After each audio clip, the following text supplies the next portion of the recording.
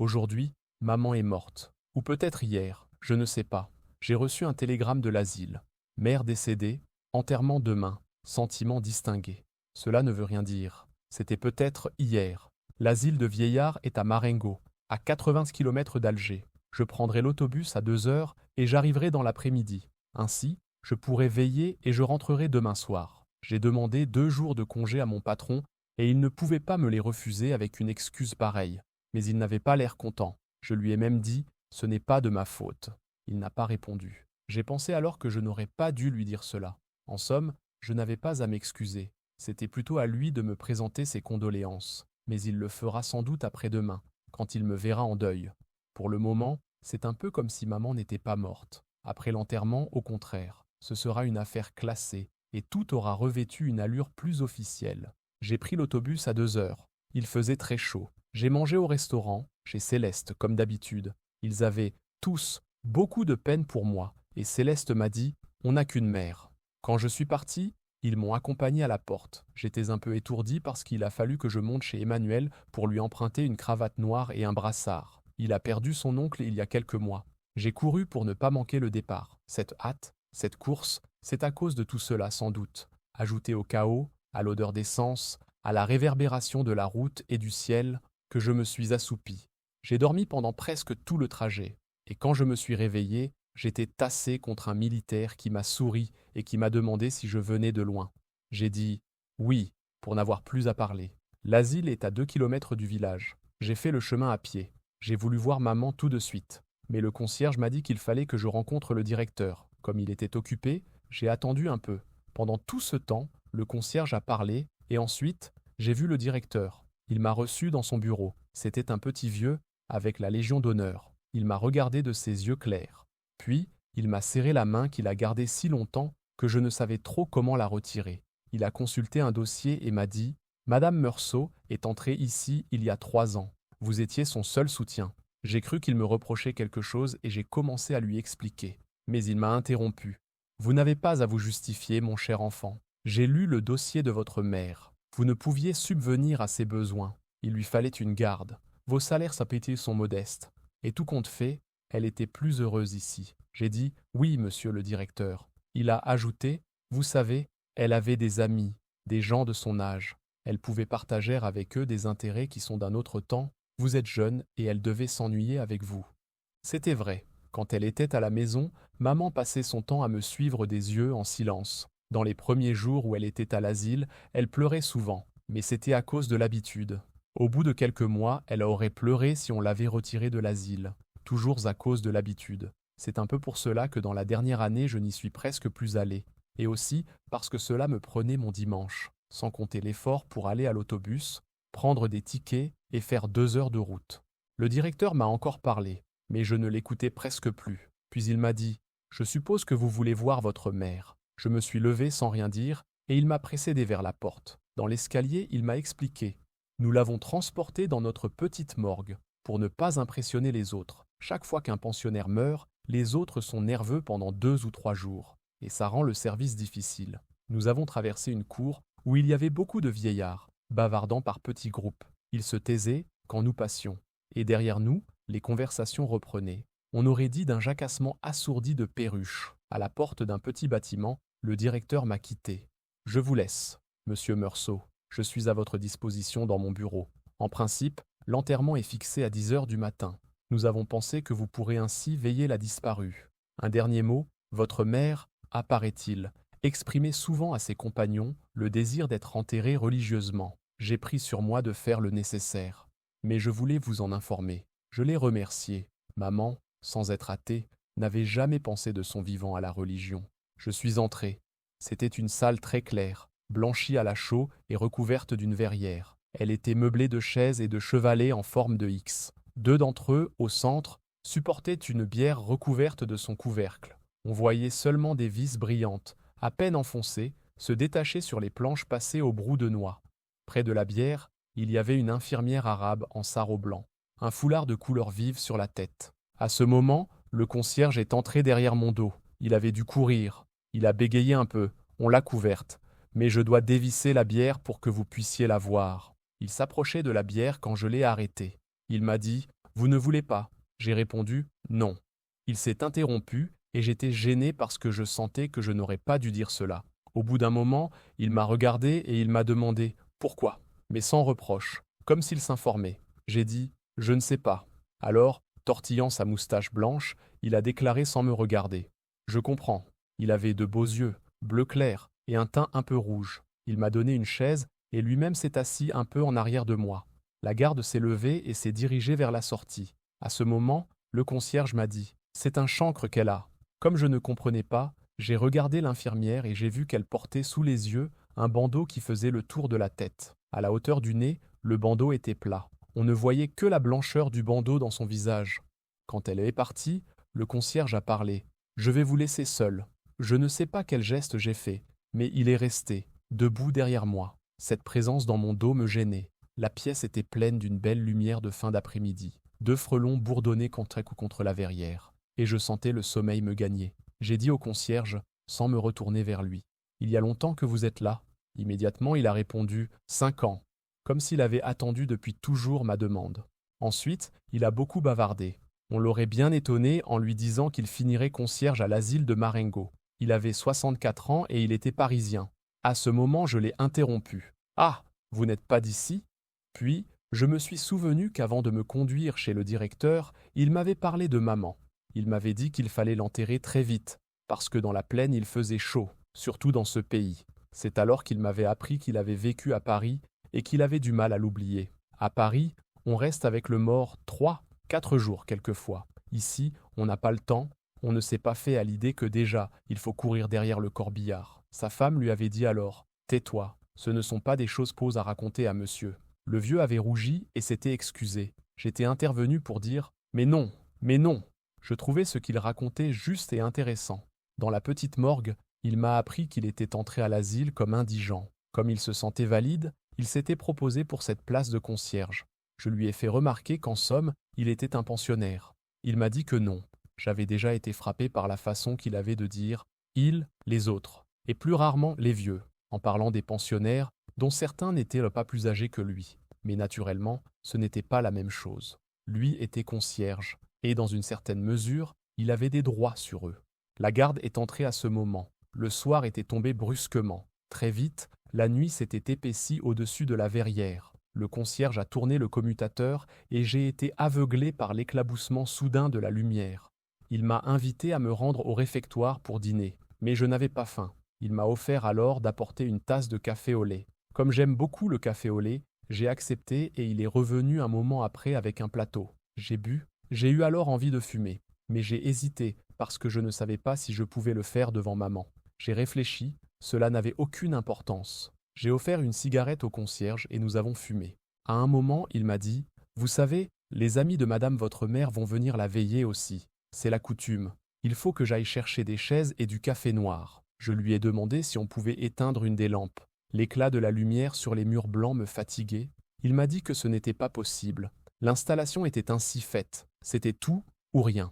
Je n'ai plus beaucoup fait attention à lui. Il est sorti, est revenu, a disposé des chaises. Sur l'une d'elles, il a empilé des tasses autour d'une cafetière. Puis il s'est assis en face de moi, de l'autre côté de maman. La garde était aussi au fond, le dos tourné. Je ne voyais pas ce qu'elle faisait, mais au mouvement de ses bras, je pouvais croire qu'elle tricotait. Il faisait doux. Le café m'avait réchauffé et par la porte ouverte entrait une odeur de nuit et de fleurs. Je crois que j'ai somnolé un peu. C'est un frôlement qui m'a réveillé. D'avoir fermé les yeux, la pièce m'a paru encore plus éclatante de blancheur. Devant moi, il n'y avait pas une ombre, et chaque objet, chaque angle, toutes les courbes se dessinaient avec une pureté blessante pour les yeux. C'est à ce moment que les amis de maman sont entrés. Ils étaient en toute une dizaine, et ils glissaient en silence dans cette lumière aveuglante. Ils se sont assis sans qu'aucune chaise grinçât. Je les voyais comme je n'ai jamais vu personne, et pas un détail de leurs visages ou de leurs habits ne m'échappait. Pourtant je ne les entendais pas, et j'avais peine à croire à leur réalité. Presque toutes les femmes portaient un tablier, et le cordon qui les serrait à la taille faisait encore ressortir leur ventre bombé. Je n'avais encore jamais remarqué à quel point les vieilles femmes pouvaient avoir du ventre. Les hommes étaient presque tous très maigres et tenaient des cannes. Ce qui me frappait dans leur visage, c'est que je ne voyais pas leurs yeux, mais seulement une lueur sans éclat au milieu d'un nid de rides.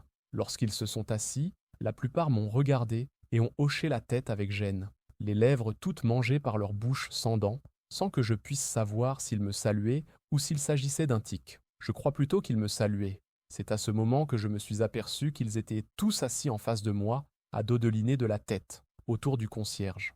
J'ai eu un moment l'impression ridicule qu'ils étaient là pour me juger. Peu après, une des femmes s'est mise à pleurer. Elle était au second rang, cachée par une de ses compagnes, et je la voyais mal.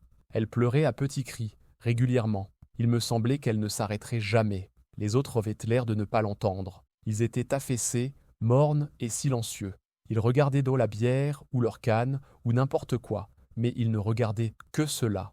La femme pleurait toujours. J'étais très étonné parce que je ne la connaissais pas. J'aurais voulu ne plus l'entendre. Pourtant, je n'osais pas le lui dire. Le concierge s'est penché vers elle, lui a parlé, mais elle a secoué la tête, a bredouillé quelque chose, et a continué de pleurer avec la même régularité. Le concierge est venu alors de mon côté. Il s'est assis près de moi. Après un assez long moment, il m'a renseigné sans me regarder.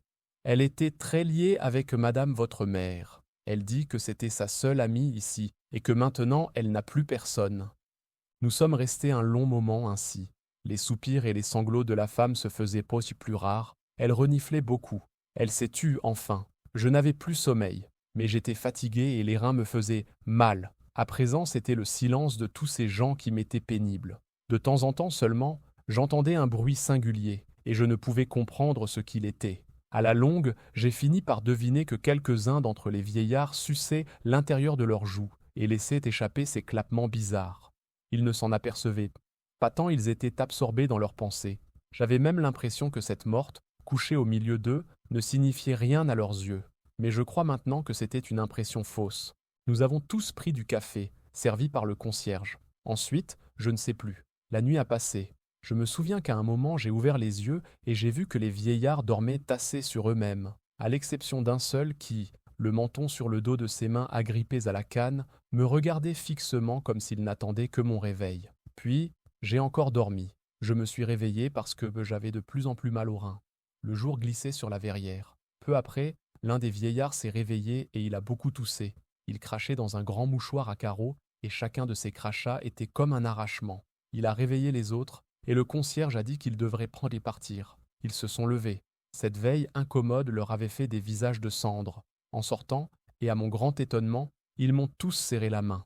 Comme si cette nuit où nous n'avions pas échangé un mot avait accru notre intimité. J'étais fatigué. Le concierge m'a conduit chez lui et j'ai pu faire un peu de toilette. J'ai encore pris du café au lait qui était très bon.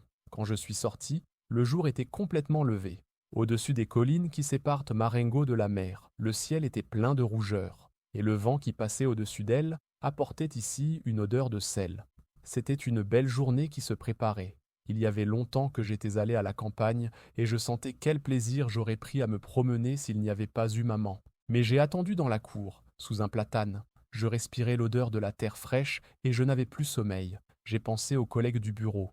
À cette heure, ils se levaient pour aller au travail. Pour moi, c'était toujours l'heure la plus difficile. J'ai encore réfléchi un peu à ces choses, mais j'ai été distrait par une cloche qui sonnait à l'intérieur des bâtiments. Il y a eu du remue-ménage derrière les fenêtres, puis tout s'est calmé. Le soleil était monté un peu plus dans le ciel. Il commençait à chauffer mes pieds. Le concierge a traversé la cour et m'a dit que le directeur me demandait. Je suis allé dans son bureau. Il m'a fait signer un certain nombre de pièces. J'ai vu qu'il était habillé de noir, avec un pantalon rayé. Il a pris le téléphone en main et il m'a interpellé. Les employés des pompes funèbres sont là depuis un moment. Je vais leur demander de venir fermer la bière. Voulez-vous auparavant voir votre mère une dernière fois ? J'ai dit non. Il a ordonné dans le téléphone en baissant la voix. Figeac, dites aux hommes qu'ils peuvent aller. Ensuite, il m'a dit qu'il assisterait à l'enterrement, et je l'ai remercié. Il s'est assis derrière son bureau, il a croisé ses petites jambes. Il m'a averti que moi et lui serions seuls, avec l'infirmière de service. En principe, les pensionnaires ne devaient béton pas assister aux enterrements. Il les laissait seulement veiller. C'est une question d'humanité, a-t-il remarqué. Mais en l'espèce, il avait accordé l'autorisation de suivre le convoi à un vieil ami de maman, Thomas Pérez. Ici, le directeur a souri. Il m'a dit « Vous comprenez, c'est un sentiment un peu puéril, mais lui et votre mère ne se quittaient nos guère. À l'asile, on les plaisantait. On disait à Pérez « C'est votre fiancé ». Lui riait. Ça leur faisait plaisir. Et le fait est que la mort de Madame Meursault l'a beaucoup affecté. Je n'ai pas cru devoir lui refuser l'autorisation, mais sur le conseil du médecin visiteur, je lui ai interdit la veillée d'hier. Nous sommes restés silencieux assez longtemps. Le directeur s'est levé et a regardé par la fenêtre de son bureau. À un moment, il a observé. Voilà déjà le curé de Marengo. Il est en avance. Il m'a prévenu qu'il faudrait au moins 3/4 d'heure de marche pour aller à l'église qui est au village même.